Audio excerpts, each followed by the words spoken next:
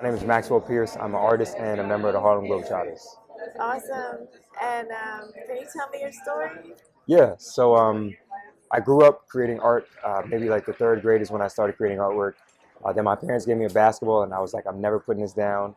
So I grew with art and basketball, played basketball in college, and then that's kind of how I got to the Globetrotters. So from there, um, after graduating, I got a lot more time on my hands to actually create my art. And so that's when I decided that I was going to create this beautiful collection of my grandmother. So every person in these pieces is the same lady. She's 92. She still walks to the bar. She'll be here today. Her name is Lovely Hill. She did some modeling in the 50s. She was one of the first black models for Pepsi, Clairol, some other brands. Um, After she had her first daughter, she retired from modeling and went into education. One day she went to the doctor, and the doctor was basically like, "We're gonna have to remove your ovaries because they're bad." But this was also at a time where sterilization for Black women wasn't rampant. So we don't really know if there was any validity to needing the procedure or not. But anyway, she got on the schedule for the procedure, and 2 days before the procedure, Ebony magazine called and asked her if she could shoot the cover for this Ebony edition. So she skipped the procedure. She shot this cover, and shortly after that, got pregnant with my mom. So this cover quite literally saved my mom's life and therefore my life and my siblings' lives. So that's just one of the many stories of her incredible impact and her decision making and how it has affected the generations after her. With that being said, the name of this collection is called A Lovely Hill, and it's about the hill of matriarchy within the Black family and how the decisions that they make, um, the culture that they pass through the next generations, the things that they shield them from the world, but also the love that they pour into the next generation. So that's what this collection is about.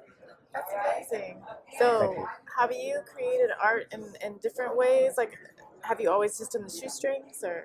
Yeah, so there's all of my artwork is created out of athletic equipment, and it really does range. So this particular collection is shoelaces and basketballs, but I've done stuff with copper wire. I've done stuff with footballs, baseballs, balls, tennis rackets, light projection. So it really just depends.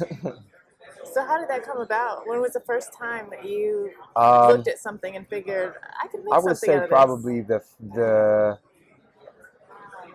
probably the seventh grade or so is when I started to look at non-traditional items as art.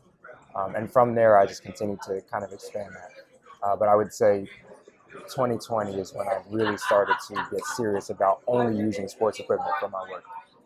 Okay. What do you see for yourself in the future with your art career? I would love to show for the rest of my life. I can't run and jump forever. So, this is something that I can do in perpetuity. So I'm looking forward to doing that and I continue to tell the larger story of my family, but also speak on topics through my art that are relatable to everyone. Okay. Awesome. And what is the legacy that you want to leave behind? What do you want people to remember you Oh for? man, so I want people to one remember that athletes are multidimensional, particularly Black athletes.